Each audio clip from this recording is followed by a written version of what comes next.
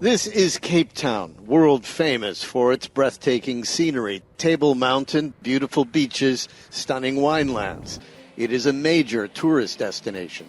But this is Cape Town's water supply. Reservoirs, which depend solely on rainwater, are dangerously low, bone dry in places, and they are Cape Town's only source of water.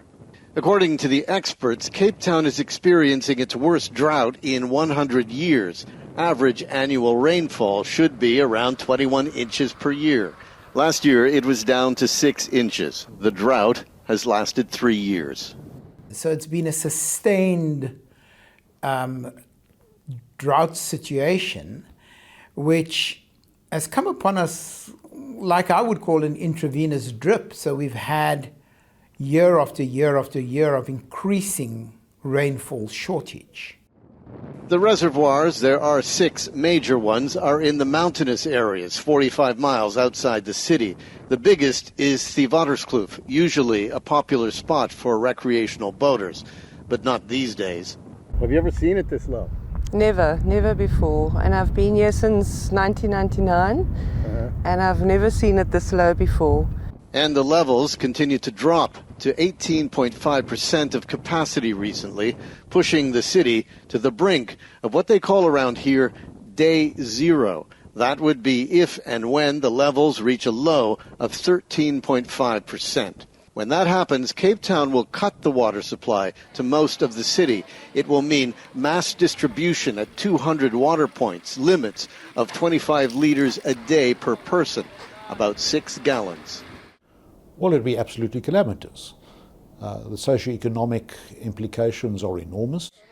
The city has launched an aggressive campaign to avoid day zero, mandatory limits, 13 gallons per person per day, no washing of cars, no watering gardens. This man was spotted using a hose. The police swooped in. He only avoided a fine when it was explained it was well water purchased elsewhere and trucked in. Cape Townians have drastically cut their water usage, and it's had a positive impact. Day zero, initially set for March, was pushed to April, then to August. Now, the city is saying it might not happen this year. When we thought day zero was coming in March, April, it's amazing how you go into like survival mode. So every single drop of water that you see going down the drain kind of like freaks you out, and you do everything you can. Julia Lee and Ross Sylvester live in a typical middle-class neighborhood in Cape Town. The crisis has changed the way they think about water. They started doing things differently. First, they installed a huge tank to collect rainwater. Among other things, they used that water to flush the toilets instead of city water, because every time they flush the toilet, it uses 10 liters of water. Residential use accounts for 70% of the water demand in Cape Town, so getting ordinary people to cut back is critical. In the kitchen, dishes aren't rinsed and pile up until there are enough to wash together. And they have devised an ingenious way to make the best use of their washing machine. We actually use this to collect our rinse water from our washing machine. Right. So after the rinse cycle, before the rinse cycle, we take the pipe out the back, we put it and we collect it in there, and we use that to flush the loo, to wash the floors, to mop the floors. When was the last time you switched the city water on to use the toilet, to flush the toilet? To flush the toilet. It's been about 3 months.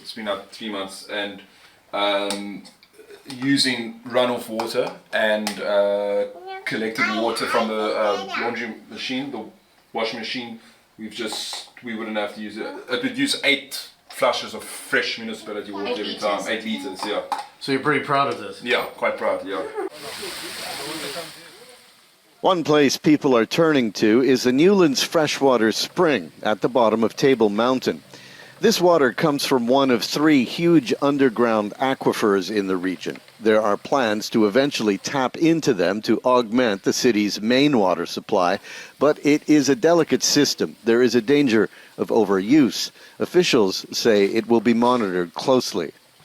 The spring never used to be particularly busy, but there has been a dramatic increase in the last several months. We can't even shower properly. We wash in a basin, then we just get under the shower and just wash us down. constant. 1 minute in the shower, that's all you have. I come with a lot of buckets. I collect about 300 liters at a time. Right. And it lasts me ages. So 2 buckets saves me using my own water, and it saves Cape Town. Businesses are required to cut back too, by 45%. Green Cape, a non-profit environmental organization, provides advice and information to the commercial and industrial sector. So whereas before we were struggling to perhaps even get an audience to talk to a business about their water solutions and the things they should be looking at, now everyone's coming to us asking us for some ideas and solutions. The Bayside Mall has installed tanks to collect rainwater from the roof, and most of the taps in the bathrooms have been turned off. There are notices everywhere. Those efforts, combined with a drastic cut to the agricultural sector, have kept Day Zero at bay. Meanwhile, other Cape Townians have never been fortunate enough to be carefree about water. In the poor, predominantly black and mixed-race townships on the outskirts of Cape Town, water has been an issue for decades. Many of the houses that have it simply can't afford to pay the bills. So, a few years ago, the city installed meters to make certain people weren't using more water than they could pay for. Goshi Kwezi in Gugulethu township says if the family goes beyond its 350-litre-a-day quota, the supply is automatically shut. The family doesn't have the money to pay for tanks to capture rainwater or for the transport to fetch water from a spring. Goshi Kwezi says when the water is cut, it often doesn't come back for days. There are meals that you cannot cook on certain days. When you know there's no water, then you can't cook things like rice or pasta or anything. You have to try and stick to the meals that use minimal water. Life in the so-called informal settlements in the townships is even harder, those sections that are enormous shanty towns. There is no running water in these shacks. Not in the kitchen. There are no showers, no toilets to flush. People get their water from communal taps. They often have to line up for it and then carry it home. Sometimes the taps, there's no water. Sometimes there's water, but it's little drops of water coming from the tap. Sometimes you are number 100 or maybe you are number 200. You must wait the whole day waiting for water. Despite the huge population in the townships, it's estimated people here only account for 4% of the water usage. In the event of a Day Zero, the taps used by Cape Town's poorest will keep running. J.P. Smith is the city councillor responsible for managing Cape Town's Day Zero. In particular, what sectors would keep getting water? What would remain on the network is your informal settlements, your critical infrastructure, airports, harbours, big hospitals, etc., key state infrastructure. People in township houses with services like Goshi Kwezi will have to line up at the water collection points just like everyone else in Cape Town. Rich, poor, it won't matter. And in a country still emerging from decades of apartheid, the water crisis has been a great equalizer. Now at least everybody's going to be equally restricted with water. It's not about color now, it's not about race, it's not about the area you live in, it's just going to be everybody that's affected by the water restrictions.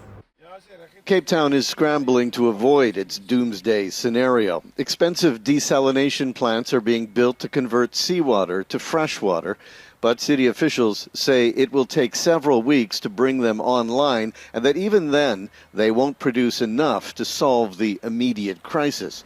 The hope is they will create a buffer for future shortages. Now it's all about how much rain will fall. The rainy season here is June, July, and August, the winter season in the southern hemisphere. The countdown to Day Zero may have stopped for now, but there are real fears it could restart any time.